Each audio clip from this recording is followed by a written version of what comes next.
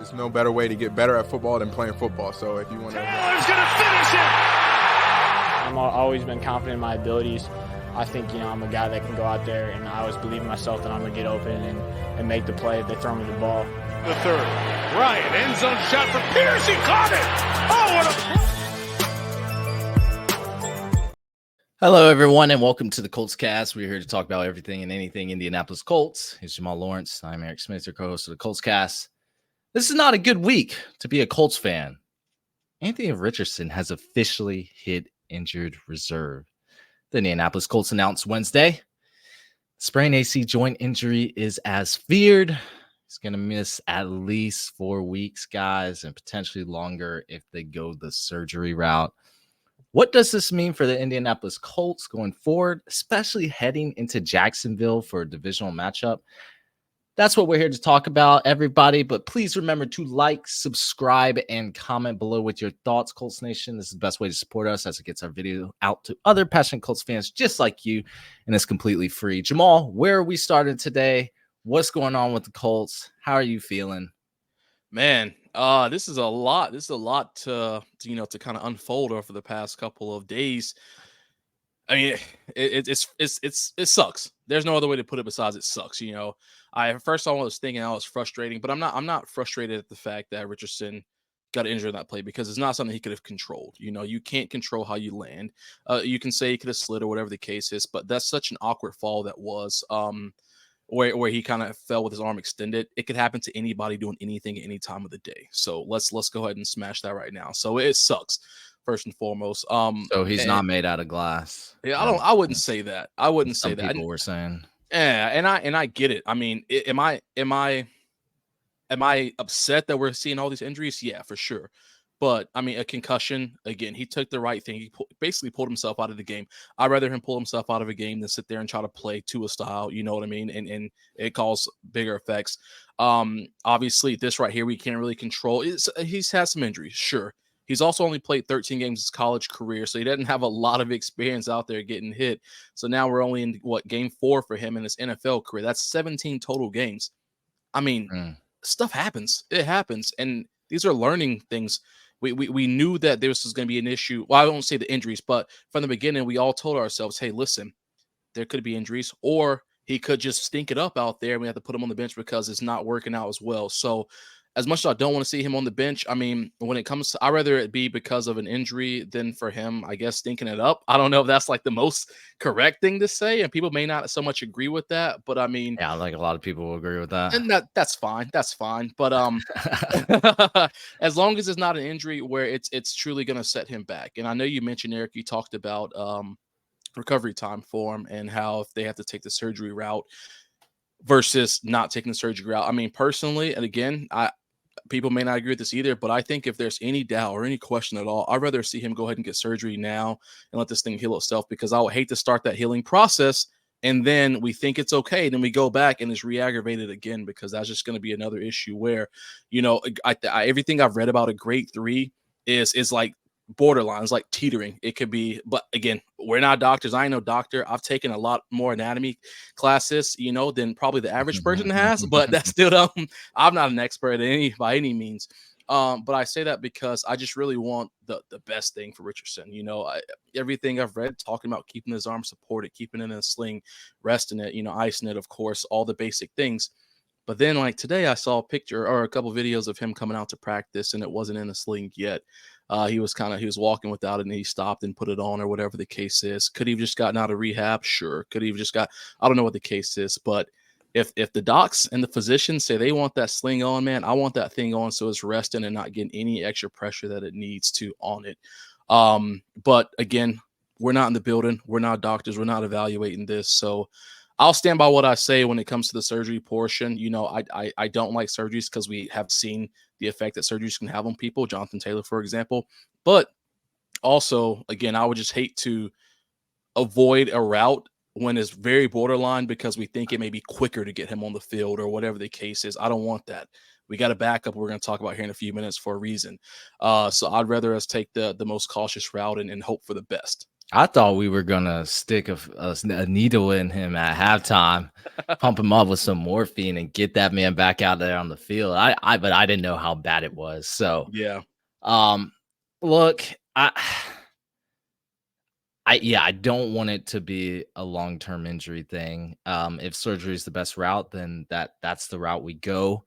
But it really it puts a stinker on Colts Nation, I think, losing one of the most exciting parts of this season, potentially.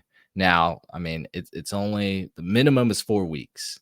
It could be longer. It could just be 4 weeks. We don't know. I'm sure he's getting second opinions and things like that. But you know, it's going to be interesting. And I'm going to say this: that if Gardner Minshew goes into Jacksonville and ends this drought and puts this team at the AFC South at the top of it, 4-2. I think what you were just saying, Jamal, that this could come true because they're going to take the cautious route. They have a competent backup, borderline starter, if not even, that just led us into Jacksonville and took a game off a top 10 power ranked team. Like, look, that's going to speak volume, and it could lean Indianapolis taking that more cautious route that you were just talking about. So we could see that there. We did just sign Kellen Mond to this practice squad. If anyone watches SEC football, they should know Mond played at Texas A&M for 4 years, former third-round pick by the Vikings in 2021, but now he's jumping around multiple teams, multiple squads, multiple practice squads. So is he QB3? That's what I'm assuming in case they need him, behind Sam Ehlinger, of course, but hopefully we don't have to go that far down the depth chart with with the already apparent injury with Anthony Richardson. But yeah, Jamal, I think losing Richardson just makes my stomach curl. Was really excited to see him at the Panthers Colts game, which I'm still going to in November. Debating on selling my tickets now. No, I'm just kidding. Root for Indianapolis there, but I really wanted to see him. But I still want this team to be competitive. So, and I believe they can. You want to talk about Gardner Minshew for a little bit? Yeah, we can definitely talk about him because I mean, Minshew has a lot. They've been interviews for him throughout the week where he's said how this game going back to Jacksonville, it's not a revenge style game for him. It's just a business trip essentially. But we got to know that's a lie. I mean, I shouldn't say a lie, but deep down inside for him, it has to be a revenge game. That's where he got drafted in the 6th round. That was his home team. They let him go when they got Trevor Lawrence, etc. So you have to want to go in there and get a W. Like it's just that simple. He has a lot to prove to himself, I'm sure. And I mean, he's going to have a lot to prove to Colts Nation. I think that Colts Nation has definitely embraced him, obviously before or because everyone loves Minshew Mania, but you got some big shoes to fill, no matter how you want to slice it. Even if Richardson, I feel like even if Richardson was playing at a lower level than what he was when he before his injury, I still think that Minshew would have had some big shoes to fill because people are excited to see Richardson out there. So as excited as people are to see Minshew, the pressure's on him for more reasons than one. But what I'm most excited for Minshew when it comes to this game is the fact that he's going in his 3rd year of experience with Shane Steichen. He did 2 as a backup up in Philly behind Jalen Hurts, so he learned Steichen, and he's just going to come in again for what seems like the 4th, 5th game for himself in a Colts uniform and show us what he can do. I mean, he's earning his paycheck. He's gonna hit that incentive pay because he's gonna play more than 30-40% of the snaps this season. I pretty much guarantee that. So I think that I'm excited to see Minshew out there. And again, why not? Especially when you have to go back to the Jacksonville Jaguars, who we've been cursed by and who he was dropped from. So Yeah, I think he has to head in there. I mean, he's heading in there with the revenge game narrative. His persona kind of suggests that he doesn't have a chip on his shoulder against the Jaguars. But then again, like you said, Jamal, like who won it? He has to prove his worth for the foreseeable future now. So, and what better team to do it against than the one who gave up on him, actually, and gave him up, traded him to the Philadelphia Eagles for a 6th round pick. So, such an important game. But I mean, the guy's no pushover. 553 passing yards so far, 2 touchdowns, no interceptions. That's what I like to hear. No interceptions. No mistakes have been made yet. while completing 68.7% of his passes, which, by the way, is the 11th highest in the league. You know, if that's my backup quarterback, I'm absolutely content about it. Because, like, imagine if Brian Hoyer was QB2. I mean, that man's got to be like 48 now. Had to step in and save us at a pivotal time. You know, I'd be throwing up at that point. But Minshew Mania, like you said, got next up. You know, I'm also hoping, you know, with this matchup, they ramp up Jonathan Taylor's usage. That way, hopefully, don't know if Steichen will employ this and Cooter, but we can employ some split back formations, you know, get Moss and Taylor out there, our two biggest playmakers, essentially. You know, that's going to create multiple attack points with two of our biggest offensive weapons, allow for some 1v1 matchups, hopefully down the field. You know, if they intend to respect Taylor and Moss, of course, you know, they would really have to respect it if Richardson was back there. I mean, that is a three-headed monster right there, you know, because we all know his excellent rushing ability when he's on the field, of course. But, you know, with all that, Jamal, still a very important game. Winner is the AFC South leader going into Jacksonville. Also adds another divisional win in the column. You know, that's important as well. And historically, we've just been very bad in Everbank Stadium. I can't remember the last time the Colts won there. Can you? No, but it definitely had a different name, I'm sure. It's been that long.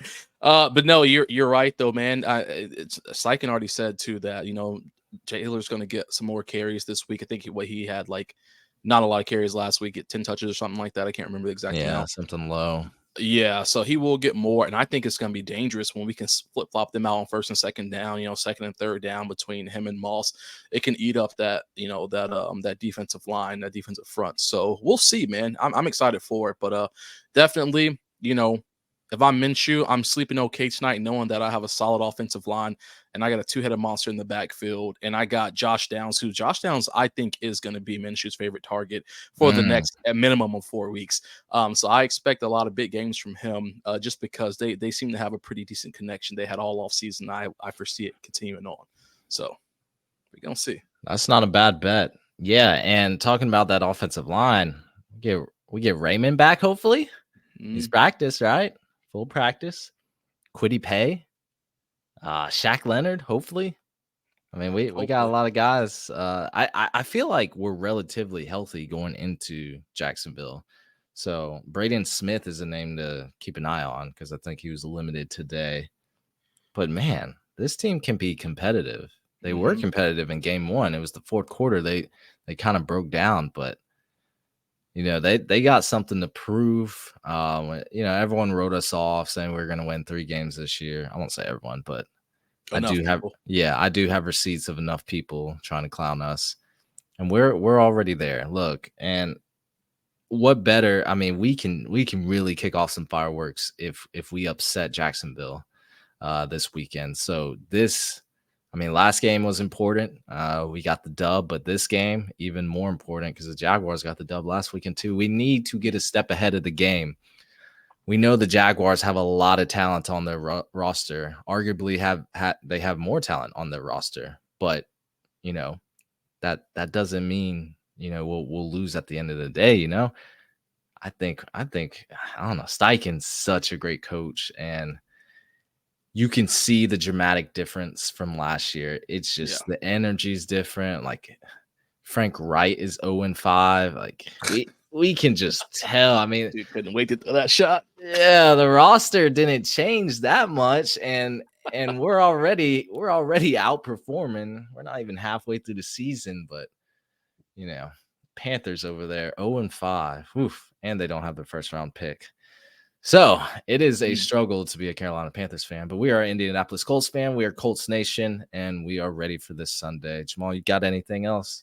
That's going to be it for me, dog. I'm ready for this Sunday. Let's get it. Hey, let's get it. That's going to be it for us, everyone. Thank you for listening to the Colts Cast. We're live on Apple Podcasts, Spotify, YouTube, or any platform you use to listen to podcasts. We'll be back next time to give you some more Colts content. See y'all later. Take care.